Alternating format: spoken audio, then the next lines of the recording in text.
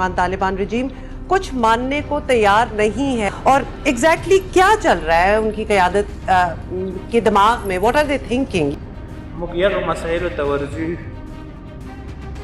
या बुना पाकिस्तान भी न बुजमुक दालो अफगानिस्तान चुकुम दाई। काबुल से खबर यह है कि काबुल ने पाकिस्तानी सफारती अमले से कहा है कि वो 48 घंटों के अंदर काबुल को छोड़ दें। अफगानिस्तान है वो तलब भी कर रहा है हमारे सफ़ीर को, और साथ साथ वो ये भी कह रहे हैं कि जी इसमें जो सिविलियंस हैं उनको निशाना बनाया गया। पाकिस्तान की फौज में बड़े पैमाने पर इस्तीफे दे दिए गए हैं। हजारों फौजी अफसरान ने अपने इस्तीफे GHQ को भिजवा दिए हैं। इन अफसरों में ब्रिगेडियर हैं, कर्नल है, लेफ्टिनेंट कर्नल है, कप्तान है, हर जो लेवल है। अल जजीरा ग्राउंड पर जाकर रिपोर्टिंग कर रहा है, इंडियन मीडिया बता रहा है, अफगान हुकाम बता रहे हैं, तो क्या ये मान लिया जाए कि पाकिस्तान का ये ऑपरेशन नाकाम हुआ है? जी हां दोस्तों, पाकिस्तान की फट गई है। पाकिस्तान ने एयर स्ट्राइक तो कर दी अफगानिस्तान के ऊपर, और पाकिस्तानी नंबर 1 एजेंसी की यह सबसे बड़ी गलती थी इस बार कि उनका इंटेल झूठा साबित हो गया।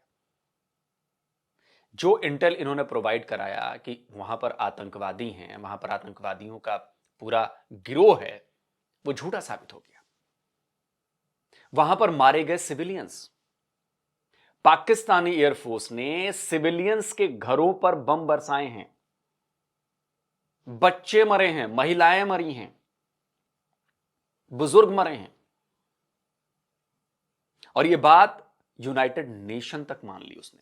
ये स्क्रीनशॉट लगा देता हूं। यूनाइटेड नेशन ने भी कह दिया कि बॉस ऐसा है कि तुम्हारे एयर स्ट्राइक में आतंकवादी नहीं, 13 सिविलियंस मरे हैं। तो देखिए कितना बड़ा फेल्योर रहा ISI का, और ये खुद को कहते हैं कि नंबर 1 एजेंसी है।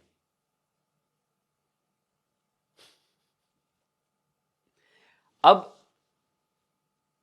अफगान तालिबान जवाबी कार्रवाई तो करेगा, और उसने एक आध हमले भी किए हैं छोटे मोटे बॉर्डर पर। मुझे अभी खबर आ रही है, पुष्टि नहीं हुई है, लेकिन जब मैं ये रिकॉर्ड कर रहा हूं अभी वीडियो, ये आज है 24 तारीख, शाम के 7:30 बज रहे हैं, तो खबर आई है कि 1-2 बॉर्डर पर कुछ मोटार लॉन्च किए गए हैं, फिर पाकिस्तान की तरफ से भी कुछ किया गया है। मतलब बहुत हल्के लेवल पर जो खबर आ रही है, जो सोर्सेज हैं हमारे उनसे। लेकिन कब ये एस्केलेट होगा, कब पाकिस्तान के भीतर कुछ बड़ा होगा, इस पर अभी कुछ कहना जल्दबाजी है। लेकिन एक बात तो तय है कि अफगानिस्तान तालिबान की तरफ से कुछ ना कुछ तो किया जाएगा। बॉर्डर पर मोबिलाइजेशन शुरू हो गई है, अफगान तालिबान ने आर्टिलरी भेजनी शुरू कर दी है, ये भी खबरें मिली हैं। बड़े मोटार भेजने शुरू कर दी, ये भी खबर मिली है। और साथ में उन्होंने एक्टिवेट कर दिया है, जो TTP वाले हैं उनको एक्टिवेट कर दिया कि भैया करना है कुछ। तो अब ये देखना है कि ये कितने बड़े पैमाने पर करते हैं और इसका असर क्या होता है। एक छोटा पैमाना इन्होंने दिखा दिया है, जो जिसमें 3 एम्बुलेंस को घेर कर मारा, और जो घायल थे क्वाडकॉप्टर वाला, वो हो गया है। लेकिन अब इंतजार है कि अगला कदम क्या होता है, और इसी इंतजार में पाकिस्तान हलकान हुआ जा रहा है, क्योंकि पाकिस्तानियों को पता है कि ये करेंगे तो करेंगे कुछ ना कुछ। चलिए देखते हैं कि वीडियो में क्या है। एयर स्ट्राइक्स के नतीजा में जो इंटरनेशनल प्रेस हमें बता रहा है कि वहां पे आम सिविलियंस की एक बड़ी तादाद मारी गई, जिसमें एक ही खानदान के 17 लोग मारे गए। ये पाकिस्तान का फेवरेट मीडिया अल जजीरा हमें बता रहा है, BBC हमें बता रहा है। अब पाकिस्तान उसी अल जजीरा के और BBC के खिलाफ सोशल मीडिया पे प्रोपेगेंडा कर रहा है। तो ये है सूरत हाल। और अफगानिस्तान के एक इम्पॉर्टेंट तालिबान लीडर ने कहा है कि पाकिस्तान जिस तरह हमारे साथ मैस कर रहा है, अगर हमारे सीनियर्स ने हमें डिसीजन दिया तो हम पाकिस्तान का निशान मिटा देंगे। और उधर पाकिस्तान के प्रेसिडेंट जरदारी कह रहे हैं कि हमें पता है कि अफगानिस्तान में दहशत गर्दों के ठिकाने कहाँ पे हैं, उनको मलिया मेट कर देंगे। तो ये है धमकियां एक दूसरे की जानिब जो उछाली जा रही हैं। सिर्फ धमकियों की बात नहीं, बल्कि मामलात बड़े संगीन हैं। पाकिस्तान ने एक बार फिर अफगानिस्तान की सोवरेन रियासत के अंदर घुस के अटैक किए हैं, और पाकिस्तान का ये कहना है कि हम ये अटैक करते रहेंगे। और अफगानिस्तान के तालिबान लीडर कह रहे हैं कि भाई अब हम आपका नामो निशान मिटा देंगे। तो दोनों तरफ बहुत टेंस सूरत हाल है। उधर भारत ने भी कंडेम किया है, उन्होंने कहा है कि ये जो अटैक है ये किसी सूरत नहीं होना चाहिए था अफगानिस्तान की हदूद के अंदर। तो अफगानिस्तान के मिनिस्टर सराजुद्दीन हकानी ने पाकिस्तान को क्या थ्रेट किया है, सुन लीजिए।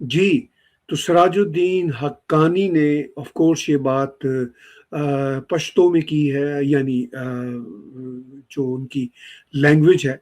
तो जो इसका ट्रांसलेशन सोशल मीडिया पे है अवेलेबल, थोड़ी बहुत मुझे भी समझ आती है। वो वाकई ये कह रहे हैं कि हमारा सब्र का पैमाना लबरेज हो रहा है, और अगर पाकिस्तान ने इस तरह की हरकतें और की, और अब तो उन्होंने यहाँ तक कह दिया कि हमारी अब वार्निंग भी नहीं है, अब हम वार्निंग से भी ऊपर जा चुके हैं। उन्होंने यहाँ ये कहा है कि सिर्फ और सिर्फ हमारी तालिबान लीडरशिप ने डिसाइड कर लिया कि हमने पाकिस्तान के खिलाफ एक्शन लेना है, तो हम ऐसा एक्शन लेंगे कि पाकिस्तान का नामो निशान मिट जाएगा। बड़ी खौफनाक धमकी है। वो तो ये कह रहे हैं कि ये धमकी भी नहीं है। ये बात तो सही है। हालांकि देखिए, अगर आप वैसे कंपैरिजन करने जाएंगे कि भाई पाकिस्तान की मिलिट्री वर्सेस अफगान तालिबान की मिलिट्री, या पाकिस्तान की एयरफोर्स वर्सेस अफगान तालिबान की एयरफोर्स, तो कोई मैच नहीं है। ये बात तो देखिए ये क्लियर है। ना अफगानिस्तान के पास फाइटर जेट्स हैं, ना अफगानिस्तान के पास वैसी आर्मी है। अफगानिस्तान का प्लस पॉइंट क्या है? अफगानिस्तान का प्लस पॉइंट है गुरिल्ला वॉरफेयर, जो उन्होंने अमेरिकन के खिलाफ किया, जो उन्होंने सोवियट्स के खिलाफ किया। और उनकी जो टेरेन है, जो जियोग्राफिकल पूरा ढांचा है वहां पर, वो इस उनके गुरिल्ला वॉरफेयर को बहुत ज्यादा सपोर्ट करती है। क्योंकि पहाड़ों में और गुफाओं में, और वैसे ढूंढना, आप सैटेलाइट से ढूंढें, आप ड्रोन से ढूंढें, आप ड्रोन स्ट्राइक कर दें, आप बहुत मुश्किल काम है वहां पर, बहुत मुश्किल काम है। मतलब आप सोचिए समंदर में से एक सुई का गिरना, आपको फिर ढूंढना है उसमें, वैसी हालत है वहां पर।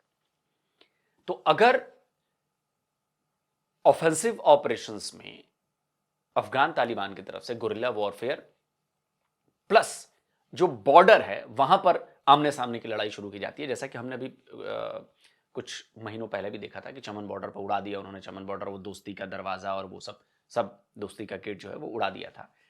तो वहां पर पाकिस्तान को ये देखना पड़ेगा कि आप अपनी कितनी फौज वहां पर ले जा सकते हो, आप अपनी आर्टिलरी, आप अपनी मैकेनाइज्ड इन्फेंट्री, आप अपने जो आर्मर्ड ब्रिगेड है वो कितने वहां पर डिप्लॉय कर सकते हो, इधर वाले को भी देखते हुए, भारत वाले एरिया को भी देखते हुए। तो ये देखना इंपॉर्टेंट होगा, क्योंकि अगर पाकिस्तान एक बड़ी और लंबी चलने वाली गुरिल्ला वॉर में उधर उलझ जाता है तो पाकिस्तान के लिए बहुत घातक साबित हो सकता है, बहुत घातक साबित हो सकता है। क्योंकि कल को अगर भारत और पाकिस्तान के बीच कुछ हो जाता है, मामला एस्केलेट हो जाता है और बड़ी लड़ाई में बदल जाता है पूरा मामला, तो पाकिस्तान के लिए तो संभलना बड़ा मुश्किल हो जाएगा ना। वो दोनों तरफ कैसे इंगेज कर सकता है, दोनों तरफ कैसे हॉट कर सकता है। हालांकि मुझे याद आ रहा है मेजर आदिल राजा का वो बयान कि भारत और अफगानिस्तान दोनों तरफ ये आसिम मुनीर कुछ ना कुछ करेगा जिससे मामला बिगड़े, जिससे मामला और ज्यादा हॉट हो जाए, दोनों बॉर्डर हॉट हो जाए, जिससे वो अपनी गर्दन बचा सके वो पीस फोर्स भेजने में गाजा, ताकि वो जाके ट्रंप को कह सके कि जनाब हमारे तो अंदर भी बम फूट रहे हैं, उधर अफगानिस्तान बॉर्डर पर भी हमारी बैंड बजी हुई है और इधर इंडिया से भी हमारा पंगा चल रहा है, तो हम अभी 3 तरफ से घिरे हुए हैं, तो हम गाजा में पीस फोर्स नहीं भेज सकते। हालांकि कोई कह रहा था कि वहां पे किसी ने ये भी खबर दी थी कि फौजियों को नहीं भेजेंगे, वहां पे पुलिस वालों को भेजा जाएगा, पाकिस्तानी पुलिस वालों को। आई डोंट नो अब ये खबर कितनी सच्ची है झूठी है, आई डोंट नो, बट ये खबर आई थी। मैं आपको इसलिए दे रहा हूं कि ऑन रिकॉर्ड रहे कि कल को अगर पाकिस्तान भेजती है कह रहा हूं, पाकिस्तान भेजता है अपने पुलिस वालों को गाजा पीस फोर्स में, तो याद रहेगा कि भाई ये खबर आई थी। ठीक, अब दिक्कत पाकिस्तान के साथ क्या है? दिक्कत पाकिस्तान के साथ सबसे बड़ी यह है कि गुरिल्ला वॉर छिड़ने के बाद पाकिस्तान हर पल इस बात की टेंशन में रहेगा कि आज कहां धमाका हो गया, आज कहां पे मोटार मार दिया अफगान तालिबान ने, आज किधर हमला कर दिया। और ये देखिएगा होगा, ये होना शुरू हो चुका है, धीरे धीरे ये और ज्यादा एस्केलेट होगा। फौरन नहीं होगा कि दोनों फौज आमने सामने आ गई लड़ाई चालू करनी, ऐसा नहीं होगा। धीरे धीरे धीरे चीजें बिल्डअप होंगी और फिर तब जाके पूरा होगा। इसमें अभी कुछ महीने लगेंगे, लेकिन ये होगा। वो कहते हैं कि अब मामला धमकी से भी आगे निकल चुका है। उधर पाकिस्तान के प्रेसिडेंट मिस्टर आसिफ जरदारी ने कहा है कि वो भी जवाबन धमकी दे रहे हैं। उन्होंने कहा है, बीबीसी पे ये खबर रिपोर्ट हो रही है, उन्होंने भी धमकी दी है और उन्होंने कहा है कि जनाब हम अब बर्दाश्त नहीं करेंगे और ताबड़तोड़ हमले करेंगे अफगानिस्तान के खिलाफ। आसिफ अली जरदारी ने कहा है कि हमें मालूम है शिद्दत पसंदों के सरपरस्त कहाँ हैं, पाकिस्तान के अंदर खून रेजी जारी रही तो जिम्मेदार बच नहीं पाएंगे। अब देखिए ये सब कुछ क्यों हो रहा है। पाकिस्तान के अंदर मुसलसल अटैक हो रहे हैं और उन अटैक्स के नतीजा में पाकिस्तान मुकम्मल तौर पर बेबस नजर आता है। और उधर पाकिस्तान के जो फौजी हैं वो अपनी बॉलीवुड हॉलीवुड स्टाइल की वीडियो क्लिप सोशल मीडिया पे फैला रहे हैं कि वो ये कह रहे हैं जी हमारा एक कर्नल मारा गया, टीटीपी के सुसाइड अटैक में हमारे कुछ स्पाई मारे गए, उधर बलोचिस्तान लिबरेशन आर्मी के अटैक से इनके लोग धड़ाधड़ मर रहे हैं, आर्मी के लोग मर रहे हैं। वो कह रहे हैं कि हम जो हैं बदला लेके रहेंगे। पूरे पाकिस्तान में डेली बेसिस पे ये खून रेजी जिसको जरदारी कहता है ये मुसलसल चल रही है और इस खून रेजी का इनके पास कोई सोल्यूशन नहीं है। ये कोई नई बात नहीं है। अगर हम सिर्फ 9/11 के बाद के हालात को ही देखें तो 9/11 के बाद मुसलसल खून रेजी चल रही है। इससे पहले भी मैं पाकिस्तान में 98 तक रहता था, तब भी बम धमाके पता नहीं क्या कुछ होता रहता था और अब तो हालात 9/11 के बाद इनके कंट्रोल से बाहर हैं। चलिए दोस्तों, वीडियो खत्म हो गया और गोरा साहब की बात बहुत मतलब गौर करने वाली है कि धमाके कैसे बढ़ रहे हैं। मैं आपको डेटा दिखाना चाहूंगा फिर से। मैं अक्सर कोट करता हूं साउथ एशियन टेररिज्म पोर्टल को। वहां पर 2026 का डेटा है टिल फरवरी 23, यानी कि अगर देख लें तो 31 और 23 54 दिनों का यह डेटा है और 148 जो हैं वो इंसिडेंट्स ऑफ किलिंग्स हो चुकी हैं। मतलब करीब करीब अमूमन पर डे 3 घटनाएं हो रही हैं, करीब करीब पर डे 3 घटनाएं। और इसमें अब तक 132 सिविलियन की जान जा चुकी है, 157 सिक्योरिटी फोर्सेस के लोगों की जान जा चुकी है और 355 आप फाइटर्स कह लें, आप इंसर्जेंट्स कह लें, आप टेररिस्ट कह लें, आप एक्सट्रीमिस्ट कह लें, उनकी जान जा चुकी है। तो टोटल 644 लोग मारे गए हैं 54 दिनों में। 644 54 दिनों में। आप जरा सोचिए कि करीब 13×5 = 65, करीब 12 लोग पर डे मर रहे हैं पाकिस्तान में इस तरह की घटनाओं में, हमलों में। 13 बंदे पर डे।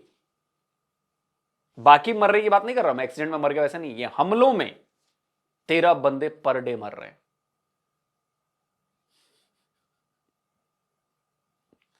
अब इस लिहाज से आप सोच लीजिए कि 365 दिनों में कितने बंदे मरेंगे। 13 बंदे अगर रोज मर रहे हैं तो जोड़ लीजिए, देखिए 365 इंटू 13, करीब 4800 लोग जो हैं वो मारे जा सकते हैं इसी रफ्तार से चले तो, जबकि पिछले साल टोटल जो लोग थे वो 4000 लोग मरे थे। मैं एक ये बहुत अभी एस्टिमेट बता रहा हूं कि अगर इसी रफ्तार से जो ऑन एन एवरेज दिख रही है चीजें, तो इसमें करीब 5000 के आसपास लोग मरेंगे, और पिछले साल 4000 मरे थे, 1000 लोग ज्यादा मरेंगे इस बार। ऐसा ही चलता रहा तो जिस तरह की एस्केलेशंस हो रही हैं। दूसरी बात, मैं एक और पॉइंट पर आता हूं। पाकिस्तानी अक्सर कमेंट करने आते हैं इस तरह की बातों में कि ये अफगानिस्तान और हिंदुस्तान अल खारिज और ये और वो, फितना अल खारिज, हिंदुस्तान अल खारिज, जो भी है, भारत इनके साथ है, भारत फंडिंग करता है, ये करता है, वो करता है। मैं उन पाकिस्तानियों से कहना चाहता हूं कि यार तुम लोग अपनी गलतियां क्यों नहीं देखते हो, अपने गिरेबान में पहले क्यों नहीं झांक कर देखते हो। जब तुम्हारी चार दीवारी कमजोर होगी तो दुश्मन से तुम क्या उम्मीद रखते हो कि तुमसे शराफत रखेगा। अपनी चार दीवारी मजबूत रखो ना। जैसे हम हैं, हमें पता है कि पाकिस्तान दुश्मन है, तो हम अपनी चार दीवारी मजबूत रखते हैं। अगर हम अपनी चार दीवारी मजबूत नहीं रखते तो शायद जितनी घटनाएं हमारे यहां होती हैं उससे सैकड़ों गुना घटनाएं ज्यादा बढ़ जाती। हम तुम्हारी तरह नहीं है कि टोपी ट्रांसफर करें। और ऐसा नहीं है कि पाकिस्तान के लोग ये नहीं जानते। मैं पाकिस्तानियों को दिखाना चाहता हूं कि पाकिस्तान के मीडिया पर भी ये बात होती है कि भारत छोड़ो, पहले अपनी कमजोरियों पर बात क्यों नहीं करते। लगाइए भाई, क्लिप लगाइए।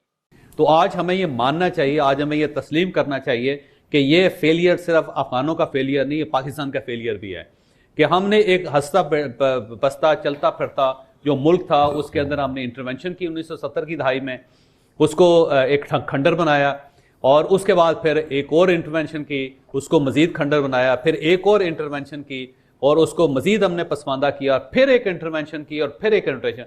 5 इंटरवेंशन हैं पाकिस्तान की अफगानिस्तान के अंदर। तो वो ज़ाहिर एक ऐसा मलबा है जो हमारे ऊपर गिरता चला जा रहा है और अब हम उस मलबे के नीचे दबते चले जा रहे हैं। तो हमने इस सारे कोयलों की जो दलाली थी उसके अंदर क्या कमाया? हमने अपने हाथ भी काले किए, मुंह भी काले किया, और अल्टीमेटली अब हम लाशें भी उठा रहे हैं। तो मेरा ख्याल है सबसे पहले तो हमें माफ़ी मांगनी चाहिए अपनी कौम से और अपनी गलतियों का एतराफ़ करना चाहिए। तो मैं पाकिस्तानियों से इतना बस कहना चाहता हूं कि पहले अपने गिरेबा में झांको कि तुम क्या कर रहे हो। जब तुम हमारे कश्मीर में आतंकवादी भेजते हो, जब तुम हमारे यहां आतंकवादी हमले कराते हो, तो जब कोई तुम्हारे यहां कराएगा या तुम्हारे यहां होता है तो उसको हमारे ऊपर मत फेंका करो। हमने तो तुम्हारे सबूत दिए हैं, तुम्हारे बंदों को पकड़ा है, इंटरनेशनली तुम्हारी बेइज्जती हुई है। तुम बताओ ना, एक यूएन डेजिग्नेटेड टेररिस्ट बता दो जो भारत का हो। एक टेररिस्ट ग्रुप बताओ जो खुलेआम आकर हाफिज सईद और सैयद सलाउद्दीन और उनकी तरह कहता हो कि जब हिंदुस्तान की बर्बादी तक जंग रहेगी, जंग रहेगी। बताओ ना यार। आलमी सतह पर कश्मीर की कुर्बानियों को सबताज होने की साजिशें हो रही। भारत की बर्बादी तक हमारा जहाद फी सबीलिल्लाह हर कीमत पर जारी रहेगा। तो अपने सपोले तुम्हें नहीं दिख रहे हैं, और जब हम उन सपोलों को कुचलते हैं और जब ये सपोले ज्यादा संख्या में बढ़ जाते हैं, जब हम अटैक करते हैं तुम्हारे ऊपर, तो तुमको लगता है कि हमारे ऊपर तो हमला कर रहा है भारत। हम पागल नहीं हैं जो राह चलते किसी पर भी हमला कर देंगे तुम्हारी तरह। और ये जो अफगानिस्तान से तुम लोगों ने पंगा लिया है, बहुत मुसीबत में फंसने वाले। दोस्तों, आप क्या कहते हैं? कमेंट करिए, अपनी राय दीजिए। जल्दी मिलता हूं एक और नए वीडियो के साथ। नमस्कार, जय हिंद।